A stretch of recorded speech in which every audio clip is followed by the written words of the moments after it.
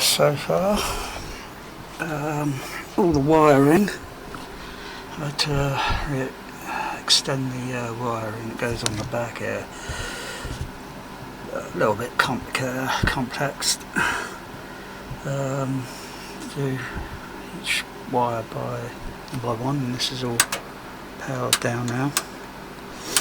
And now I have to just upload this video while I move this over into that rack.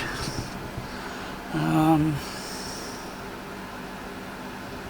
then I'll see what other steps I'm going to take.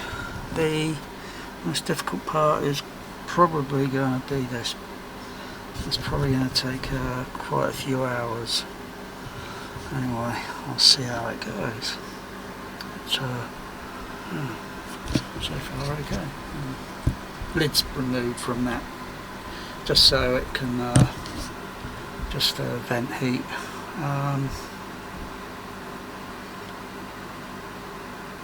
Okay, let's just do this.